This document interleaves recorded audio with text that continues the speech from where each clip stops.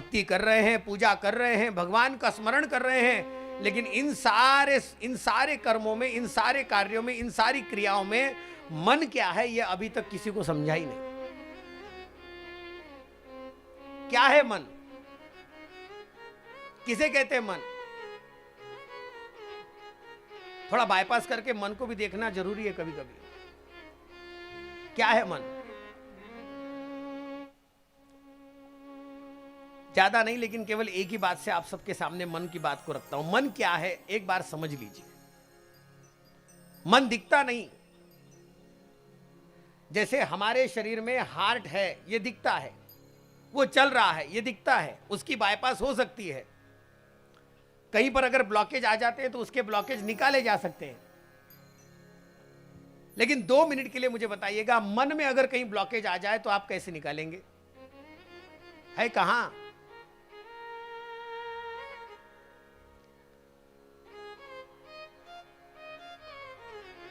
एक उदाहरण समझना पड़ेगा आपको। केवल मैं उदाहरण बताने के लिए कह रहा हूं। एक मेरा सिद्धांत मुझे बताना, इसलिए मेरा एक दृष्टांत है आपके सामने। नई नई शादी हुई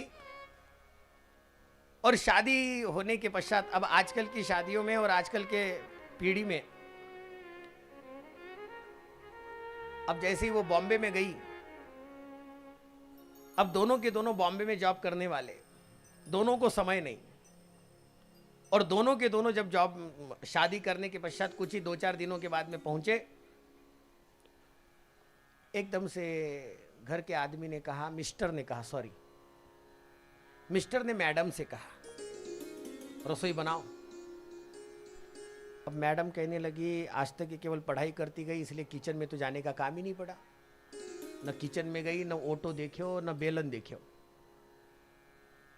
तो उसने पहले दिन थोड़ा सा एक प्रपोजल सामने रख दिया। बोले, आज ऐसा करते हैं ना, पहली बार मैं भी मुंबई में आई हूँ, अब थे तो आता ही रिया, पर मैं पहली बार मुंबई में आई हूँ, तो एक काम करा, आज होटल में ही जावा। पहला दिन होटल में कट गया, दूसरा दिन भी होटल में कटा दिया। 7 दिन होटल में कटाने के पश्चात अब इसकी जेब भी कटने लगी, और होटल का कुछ खाना हर दिन थोड़ी अच्छा लगता है। थोड़ा कम ही करो यार इसको।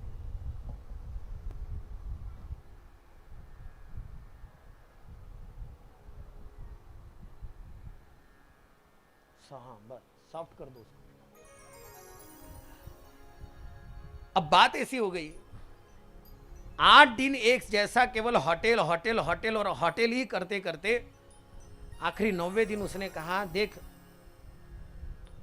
मैं जब तेरे यहां पर बारात लेकर के आया था ना, तब तेरे यहाँ के बहुत से लोगों ने मुझे एक बात कही कि माँ के अब क्या बोलते थे घर में क्या पता, मुझे नहीं पता, लेकिन मैं एक नाम बोल देता हूँ, केवल किसी को बुरा नहीं लगना चाहिए। माँ के पिंकी रे हाथ री रसोई इतनी चोखी बने कि पूछो मत। अब जैसे ही बोला तो मैडम कहने लगी, आपको बोला किसने, जरा नाम तो बताओ। उसने कहा, जिसने बोला उसने बोला, लेकिन आज मुझे ऐसा लगता है कि तू आज घर पर ही बना। अब इसको सवाल ये आ गया कि अब बनाऊं तो बनाऊं कहीं, रसोई तो आती नहीं। थोड़ा बहुत मोबाइल निकाला, और मोबाइल निकाल करके यूट्यूब पर सर्च किया कौन सी सब्जी ज़्यादा जल्दी बन सकती है और अच्छी बन सकती है।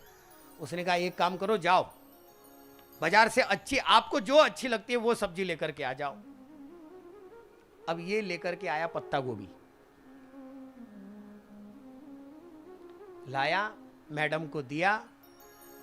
मैडम ने किचन में जाने के पश्चात जो पत्ता गोभी का हाल किया, हाल तो बेहाल ही था, लेकिन मैडम जैसे ही पत्ता गोभी को बेहाल करके बाहर आई तो आकर के एकदम चिढ़ गई, और चिढ़ करके कहने लगी, तुम्हाला अक्कल नहीं।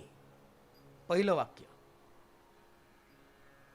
दिमाग नहीं है आपको, कहीं पर भी जाकर के कैसी भी सब्जी लेकर के आ गए, आपको पता नहीं, अच्छी सब्जी लाने को कहा था ना मैंने आपको।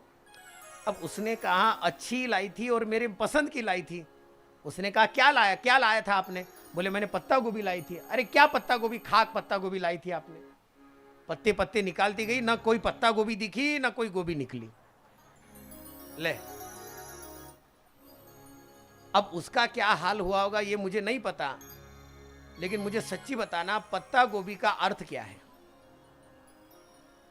हाँ, पत्ता गोभी के पत्ते के अंदर गोभी है कि पत्तों के साथ में गोभी है?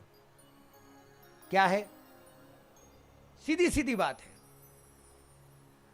पत्तों के साथ में अगर गोभी है तो इसका मतलब यही है, पत्तों को एक साथ में बांध बांध कर जो पदार्थ तैयार हुआ है उसे कहते हैं, बस अपने अंतर मन, अपने अंतर शरीर में, आपकी बुद्धि में, हमारी बुद्धि में जो संकल्प आता है, जो विकल्प आता है, इस संकल्प को और विकल्प को दोनों को एक साथ के जोड़ जोड़ के जो बातें एक साथ आती है ना, उन्हीं बातों को मन कहा गया है। ये वही संकल्प है और यही वही मन है।